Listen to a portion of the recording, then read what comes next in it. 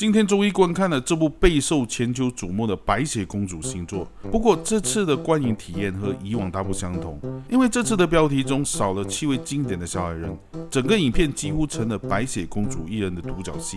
既然这是一场主角的盛宴，我们自然要交集了今日的女主角。尽管网络上对她有诸多争议还有吐槽，但我想还是让我们先一同回归一下1937年的那部经典原作，再以此为参照来检视这部新作。毕竟时光飞逝，80多年过去了，即便每年的技术都有所进步，按理说如今的版本理应有着质的飞跃。然而令人大跌眼镜的是，这部新作不只未能超越经典，反而显得逊色不少，甚至有人戏称呢，其比1937年的版本还要退步100倍。这竟然是怎样的一种体验呢？想象一下，一部90多年前的动画作品，在当时已经达到了相当高的艺术水准，如今为何还要推出一部让人失望的作品呢？回望1937年的那部白雪公主，那可是迪士尼倾尽全力，耗费了无数的财力、物力、人力，历时3年精心打造的杰作。它不只是迪士尼的首部彩色卡通长片，更在那个黑白电影占据主流的时代，一抹璀璨的色彩惊艳了世界。相比之下，我们不禁要思考，这部新作究竟差在哪里？当然，我们要理解迪士尼在创新上的尝试，比如这次选择了巧克力色皮肤的女演员瑞秋·泽格列来诠释白雪公主这一经典角色。然而，这样的创新是否得到了观众的认可呢？影片开头虽有解释，称白雪公主因在大雪纷飞的时节出生而得名白雪公主，但这样的设定在视觉上却和观众心中的白雪公主形象大相径庭。毕竟白雪公主的雪白之名早已深入人心，如今突然改变，难免让人感到突兀。再来看这位新白雪公主的造型，她身形瘦削，穿上的公主裙后仿佛是披上一件不合身的 cosplay 服饰，显得格格不入。尤其是在某些场景中，她的自带略显驼背，更添了几分不妥协感。此外，她的胸部线条也过于平淡了，虽然这并非缺点，但在整体的造型上呢，却让她的身材显得更加呆板，缺乏灵动之美。与以往的白雪公主形象相比，虽然她的黄色裙子呢更加鲜艳夺目，红斑袖子的设计也力求真实，但这些细节上的用心却难以掩饰整体造型上的不足。更不用说她那和以往截然不同的气质。以往的白雪公主呢，即便是卡通形象，也透着一股斯文优雅的大家闺秀风范。而这位新版的白雪公主，却仿佛是从曼哈顿街头走出来的小女孩，大大咧咧，全无公主应有的端庄和高贵。当然，这部影片也并非毫无亮点可言的，只是其中某些元素呢，确实让人难以恭维。就拿女主角的发型来说，原本在过往的印象中，发型与动画版的白色公主的脸型相得益彰，但这一次的发型却仿佛成了整体造型的败笔。其实早在白雪公主上映前呢，剧照已经流出来了，就已经引发了粉丝们的诸多吐槽。大家当时都以为过是拍摄时的随意抓拍了，不足为奇。然而呢，在电影真实上映，人们才发现那剧照中的造型呢，竟原封不动地展现在大荧幕上。Oh my god！ 这样的白雪公主形象，你能接受吗？除了造型的不足，她的性格构造也备受诟病。回想起旧版呢，当白雪公主被恶毒的王后赶出王宫，遭遇了猎人的追杀，是那些可爱的小动物呢，引领她找到了7个小矮人的小屋。出入小屋，她发现屋内呢杂乱无章，桌椅矮小，便自然的以为这是一群小孩子的住所。毕竟谁又能立刻联想起小矮人呢？随后他又来到了床边，只见到床铺狭小，即便是他躺上去，也至少需要3张床的厚度才够。这定是一间为小孩子量身打造的居所。试想，当你踏入了这样一间屋子，误以为是小孩子的天地时，心中自然会感到安心。即便他们有父母相伴了，但想到只是7个小孩子，也便觉得不会有什么危险。然而在新版的影片中呢，这些细腻的情节却被无情的删减了。女主角在小动物的带领下呢，直接来到小矮人的家了，未经任何询问和思考呢，便直接上楼睡觉。他既不知道这屋子的主人是谁，也不在意这是小孩子还是小矮人的居所。天哪，这情节设定也太让人匪夷所思了吧！老司机应该了解的，即便在30年代那个相对保守的时代，人们尚且懂得谨慎行事，如今这个时代怎么如此轻率呢？一个女孩子就这样毫无顾忌地住进了7个陌生人的房间呢，这简直让人难以置信了。当7个小矮人结束了一天的劳作，满心欢喜地回到家中，却发现屋内是否有异样，仿佛有什么不速之客闯入了他们的领地。于是他们小心翼翼地四处搜寻，那紧张的气氛营造得恰到好处，让人不禁为之一振。然而迪士尼或许是出于对影片受众群体的考量，担心这样的情节过于恐怖，不适合儿童观看，竟然将这段精彩的剧情也一并删除了。我实在难以理解他们究竟是如何调整影片的内容。要知道以前的动画可是能如此的细腻刻画每一个细节啊。再来说说7个小矮人吧，虽然影片的标题是白雪公主，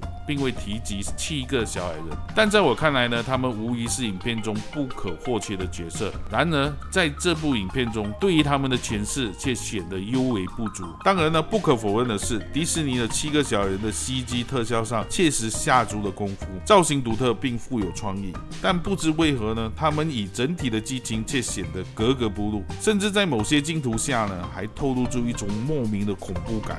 如果能够将他们设计成独立卡通形象呢，或许还能保留一丝欢乐的气氛。但如今这种真人化的小矮人形象，实在让人有些出戏。即便他们在吹口哨的场景中表现得再出色，也难以掩盖了这一缺陷。此外，影片中的男主角也引发了诸多争议。原本这是一个王子和公主的浪漫故事，白雪公主所引领的是一个充满魔幻和美好的童话世界。然而这部影片中，男主角却摇身一变成了强盗或是盗匪。虽然他有着罗宾汉般的侠义之心，行侠仗义，劫富济贫，但本质上他依然是小偷。这样的设定实在让人难以接受。公主和小偷的结合彻底击碎了我心中的童话梦。虽然影片试图紧跟当下的剧情潮流了，但人们心中那份对王子与公主骑着白马的白马王子的憧憬和向往却是深根蒂固的。然而这部影片中这一切却化为了泡影。说实在，我实在难以接受这样的设定。王后这一角色呢，由神奇女侠的女主角盖尔加多来诠释，本应是万众瞩目的焦点了。毕竟大家心中都满怀期待了，盼望着她能塑造出一个既漂亮、性感又迷人的王后形象。然而现实却让人大失所望。从剧情到服装设计都让人难以捉摸，仿佛王后就塑造成一个近乎愚蠢的角色。尽管妆容隆重、衣着谨慎，但丝毫未能凸显出她的美感，反而让人感觉别扭之至。试想，若她半路想如厕，想必也因这身装扮而倍感困扰。旧版中王后的造型呢，虽被头套所掩，但身前穿着的普通深色衣服呢，倒也显得端庄得体。在新版中，那紧身衣的设计实在是让人难以恭维。影片中场还有王后贡献的2首歌曲，对于从未在荧幕上献唱的女主角而言呢，这无疑是一大惊喜。然而这2首歌的存在却显得有些多余，删去也罢，保留也罢，似乎也无关紧要。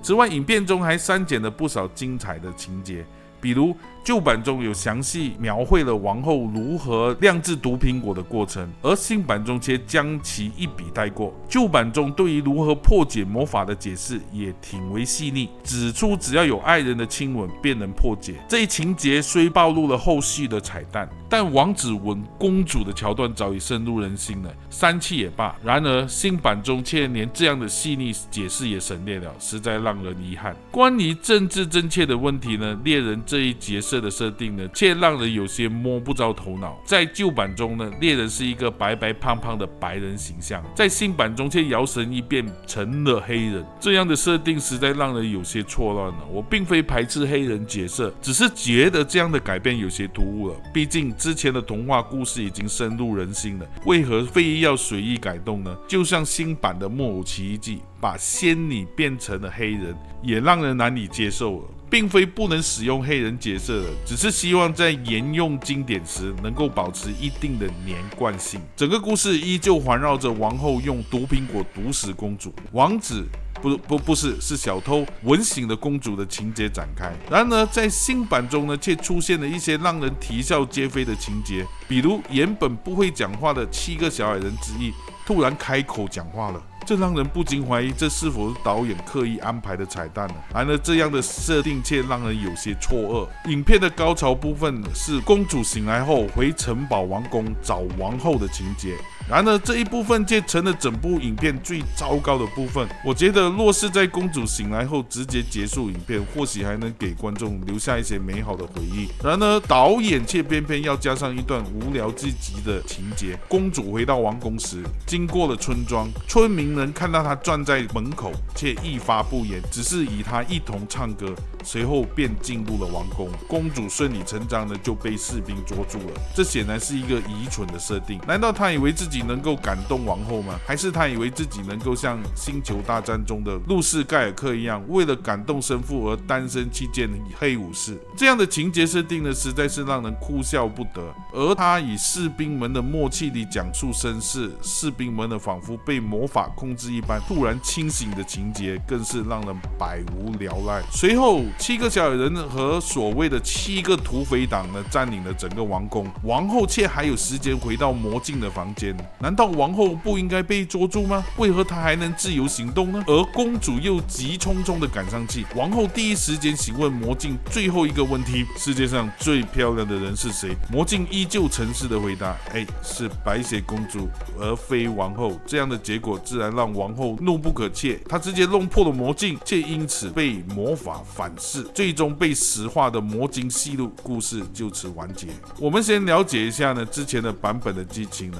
在那版本里呢，王后因施展了魔法将自己变成老巫婆，随后呢，她将毒苹果交给了公主。公主咬下苹果后便消香易损。动物们见状呢，赶快跑去通知小矮人。要知道，小矮人在外出工作呢，往返都需要花费不少时间。可这次呢，他们却如此的及时赶了回来。王后压根呢没有想到小矮人会来得如此迅速。当公主被毒死，7个小矮人迅速追上来，王后惊慌失恐的逃跑，最终在山崖边被雷电击中，堕崖身亡。这个剧情虽然节奏稍快呢，但整体逻辑合理，情节也算精彩。反观新版的电影呢，结局实在难以接受了。王后最后竟被魔法反噬，还被魔镜吸入镜中，这样的桥段呢，实在太过荒唐了。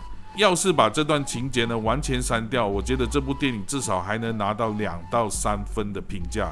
可如今呢，这评分在2分以下，我也算是自作自受了。那么这部电影到底值不值得看呢？老实说，从拍摄角度来说，这部电影呢，它代表的是迪士尼，是翻拍迪士尼有史以来堪称最重要的电影《白雪公主》。那我觉得这部电影简直是一文不值。迪士尼费尽心思呢翻拍这部经典之作，却拍出这样的水准，实在是让人失望透顶了。我感觉迪士尼的创作者呢，华特迪士尼要是泉下有知呢，都得从坟墓中跳出来质问：你们为什么要搞砸我的经典呢？真的是死不瞑目。好了，今天的电影公虾米电影观后感呢，就到这边为止啦。要是你喜欢我的影评，赞同我的观点，就点个赞，分享一下我的影片吧。我们下次再见，拜拜。